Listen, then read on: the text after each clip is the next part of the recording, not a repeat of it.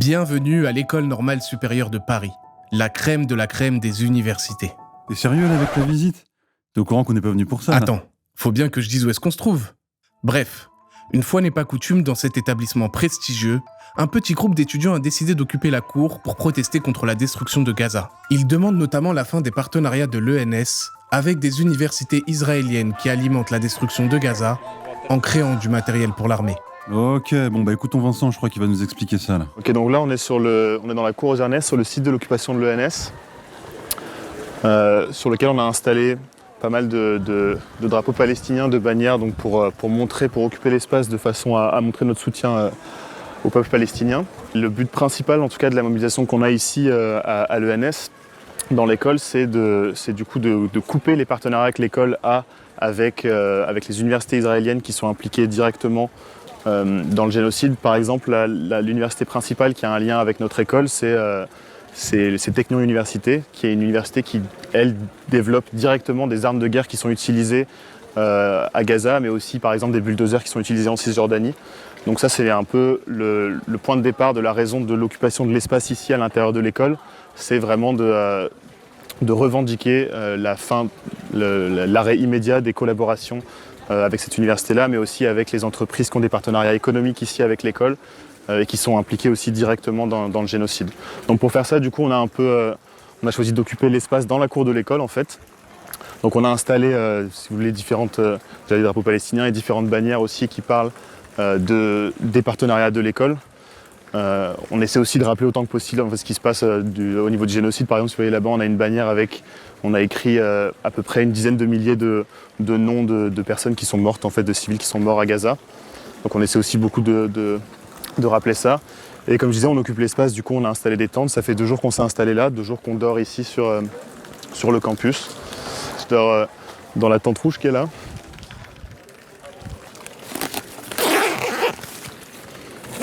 Voilà, c'est tout bêtement un petit matelas de sol, petit tapis de sol. On dort là à 2. Ça nous fait une plutôt belle vue au réveil. Free, free, free Palestine! Free, free Palestine! Quand on est allé les filmer, ça faisait 3 jours qu'ils occupaient la cour de leur université. 3 jours aussi qu'ils négociaient avec leur direction. Ok, donc, en gros, appuyer le communiqué sur le fait de crimes de guerre israéliens, sur risque génocidaire. Ensuite, avoir toutes les infos qu'il faut pour le CA et être sûr de pouvoir rester, c'est les choses qu'on peut leur demander. Et leur dire le fait que l'occupation, avec le rôle symbolique qu'elle a, etc., nous, on pense que c'est important de la maintenir. Je ne sais pas si ça a été demandé ou pas, mais leur demander vraiment de créer des liens avec les institutions palestiniennes. D'une part, accueillir les étudiants. Ça se fait au CA, mais oui, c'est demandé. C'est demandé au CA, ils sont OK. Hein. Oui, mais ce que je veux dire, c'est que ils ne peuvent pas le décider tout seuls, ils décident au CA. Petit problème, quand ils reviennent de leur discussion avec la direction, ça s'est pas déroulé comme prévu. Les tentes, les drapeaux, les grands drapeaux, enfin en gros les installations. Et les gens qui dorment la nuit. Et les gens qui dorment la nuit. Tout ce qui a été négocié, c'est-à-dire le CA exceptionnel, le groupe de travail, le communiqué, même s'il ne nous convient pas, tout saute. Si. Donc c'est clair, en gros, ils veulent qu'on ait enlevé les installations d'ici 16h, sinon tout saute. Et ça, c'est-à-dire qu'on ne l'a pas voté en AG, du coup on ne pouvait pas leur dire, sauf que là on a 10 minutes pour voter, sinon ils considèrent que... Ouais, voilà. Mais le seul truc qui restera, c'est les tables et une salle pour faire des séminaires comme avant. Oui, mais dedans, ils ont dit que dans la cour que de actions mobiles. Après, ils ont toujours accepté qu'on fasse des trucs dans la cour, donc si ça veut juste dire avoir des trucs tout le temps dans la cour. Oui, mais il a dit que des actions mobiles, donc rien de fixe dans la cour. Ouais, on va avoir une salle qui nous efface évidemment. C'est vraiment pas une bonne manière de fonctionner de manière démocratique, mais on ne pouvait pas leur dire en tant que nous, parce qu'on l'a pas vraiment voté en AG, donc il faut qu'on vote ça maintenant. Ouais. Mais déjà, je pense qu'on peut dire qu'en fait, il n'y a pas si pressé que ça, que ça ne joue pas à 10 minutes près. En fait, c'est déjà ce qu'ils ont demandé hier, apparemment. En fait, ça fait 3 jours qu'ils négocient ça. Ça fait 3 jours qu'on parle avec eux. Ça fait 3 jours qu'ils font ça, et là, ils sont... Nous, on leur dit du coup, c'est hyper malhonnête de leur part, non? De genre pas vous avoir dit depuis le début qu'il y a ces termes-là de négociation. Il dit de l'avoir dit. Apparemment, c'est ce qu'ils disent. Ok. Et deuxièmement, ils ont dit qu'il se passe quoi si jamais on reste? Ils ont pas dit. Nous, on a demandé par rapport à la police. Leurs actions. Oui, il y aura rien de ce qu'on a négocié. Donc voilà. Ouais.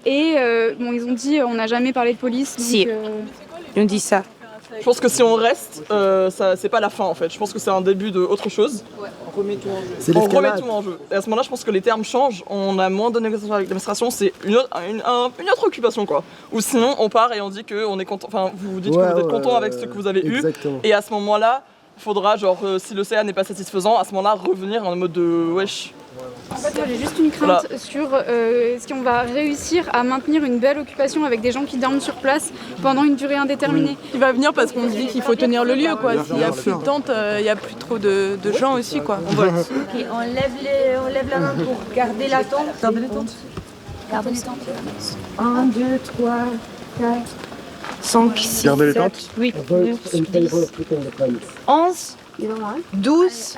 Du coup, ce qui a été voté, c'est de rester. La direction, je pense, était assez déçue parce qu'ils espéraient que du coup, on ait levé le camp cet après-midi. Et ils ont compris que ça allait pas suffire ce qu'ils nous ont dit et le communiqué qu'ils proposent de publier.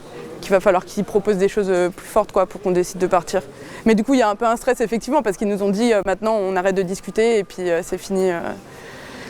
C'est fini les échanges alors que c'est vrai que c'était quand même bien pour nous de sentir qu'il y avait un espace où on pouvait expliquer nos revendications, on pouvait petit à petit avancer pour obtenir quelque chose pour vraiment mettre fin à ces collaborations entre l'ENS, PSL et toutes les institutions impliquées dans ce qui se passe à Gaza. They can do more, they're not willing to sacrifice that. Attends, pourquoi il y a des étudiants qui parlent anglais ? C'est ça qui est incroyable dans le mouvement étudiant, justement. C'est que c'est un mouvement international. Celle qui prend la parole en anglais, elle s'appelle Nesma. Elle est d'origine palestinienne et elle étudie à Columbia aux États-Unis. Nesma, elle est venue spécialement pour participer à la mobilisation française. I heard that there's encampments here in Paris at the universities, and I wanted to help as much as possible. So I found a cheap flight to Paris. We're planning to graduate, and then we're the next generation of leaders. So it's important that we're basically all living in the same world under virtually the same system, and the future of Gaza, the future of the Palestinians is our future. We are going to be living it longer than those in power currently, and so it's important that we connect with each other because we're constantly divided. The capitalist society has constantly divided us, and so it's important that we use this opportunity to really align with our values and keep going in a way that's like for a future that we want, which is for social justice, which is for basically the decency and like the dignity of the most marginalized people. And the people of Palestine have been marginalized and have been oppressed for over 76 years. Puis là, d'un coup, la tension monte. Quoi, qu'est-ce qui se passe ? Face au refus des étudiants d'enlever les tentes, la direction décide de fermer une partie de l'université. Les occupants craignent même une intervention de la police. À 17h à peu près, peut-être un peu avant, je sais pas exactement, l'administration de l'ONS a envoyé un mail pour signifier qu'ils fermaient l'école à toutes les personnes qui n'étaient pas internes, qui ne vivaient pas dans l'ONS quoi.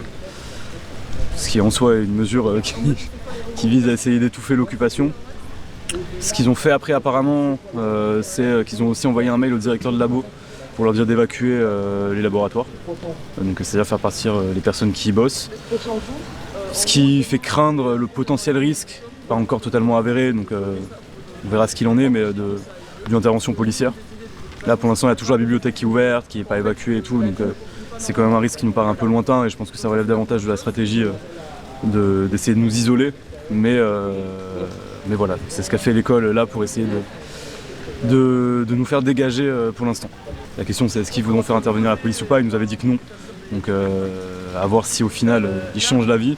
Pour l'instant j'ai pas l'impression que c'est ce qui se dessine, donc pas plus de stress que ça, juste faut qu'on réussisse à s'organiser et à voir comment on fait pour rester ce soir s'il faut rester. Je propose, s'il y a une évacuation de l'école, si on est assez pour dire ouais on va rester, parce qu'on a voté pour garder le campement. Ouais. Donc et on savait déjà, on va être dans cette situation peut-être.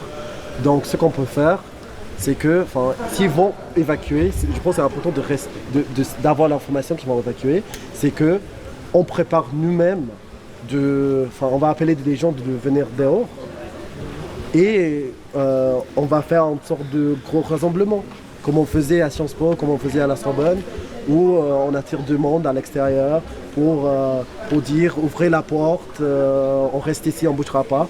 Et s'ils veulent ramener les flics, ouais, ils peuvent ramener les flics devant tout le monde, tu vois. Au-delà de tout ça, les étudiants sont aussi là pour apprendre davantage ce que c'est que d'être palestinien, ce que c'est que de vivre sous l'occupation, sous les bombardements. C'est pour ça qu'ils reçoivent la visite de Waad, 24 ans, originaire de Gaza, et qui vit en France depuis 4 ans. الحرب هذه أنا خسرت معظم عائلتي منهم أخويا ومنهم عمي وعمتي وجوزها وأولادها وأبويا. Dans cette guerre, j'ai perdu un certain nombre de ma famille, plusieurs membres de ma famille, mon oncle, ma tante, mes cousins.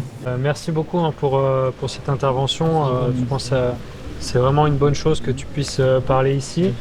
Je voulais te demander comment tu vois un peu la situation, dans les prochains mois, comment est-ce que tu penses que les choses vont évoluer? La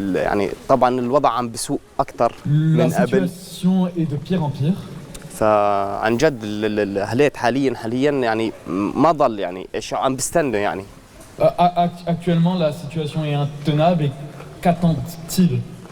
Waad a perdu sa jambe suite à un tir de sniper israélien en 2015. يعني احنا ما كناش بنعرف انه في عن جد فرنسيين انه بيدعموا القضيه الفلسطينيه او مع القضيه الفلسطينيه غير لما صار الحراك الطلابي. هذه الحاجه اثبتت انه هم مش خايفين لا من مساءله قانونيه ولا من اي حاجه لانهم هم ما عم بيعملوا حاجه غلط. هم ضد الابادات الجماعيه ضد قتل الاطفال وقتل الابرياء وقتل المدنيين في غزه وتجويحهم. Qu'est-ce qu'ils nous ont dit déjà les étudiants sur la cour de l'ENS? Ah oui, c'est un lieu sacré. Ouais, c'est ça. Lieu sacré. Des idées et des étudiants. Eh ben en fait, si ça se trouve depuis le début, on croit qu'ils occupent. Mais en fait, peut-être qu'ils cherchent juste un refuge.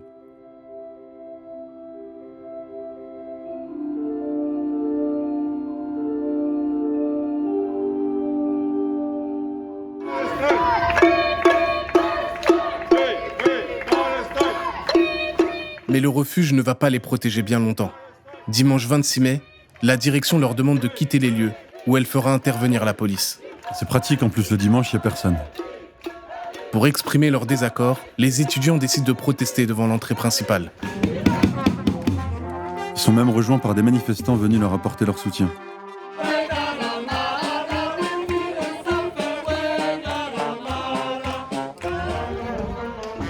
Puis là, d'un coup, la police arrive pour les déloger.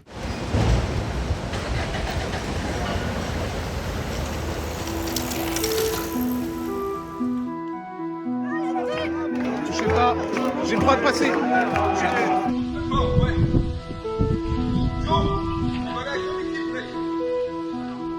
Le refuge se transforme presque en prison. La police est intervenue une fois qu'on a... Les négociations avec l'ENS n'ont pas abouti. On n'a pas peur, on n'a rien fait de mal du début à la fin. On a fait un camp qui a été pacifique dans la cour de l'ENS. L'ENS a accepté. L'ENS n'a accepté aucune de nos revendications. Donc on a simplement rejoint littéralement la grille de l'école pour chanter. Voilà, il y a de la musique, il y a une fanfare qui est avec nous pour chanter pour la Palestine. Donc non, on n'a pas peur du tout, mais là, on a rien à se reprocher, on va juste là avec tout.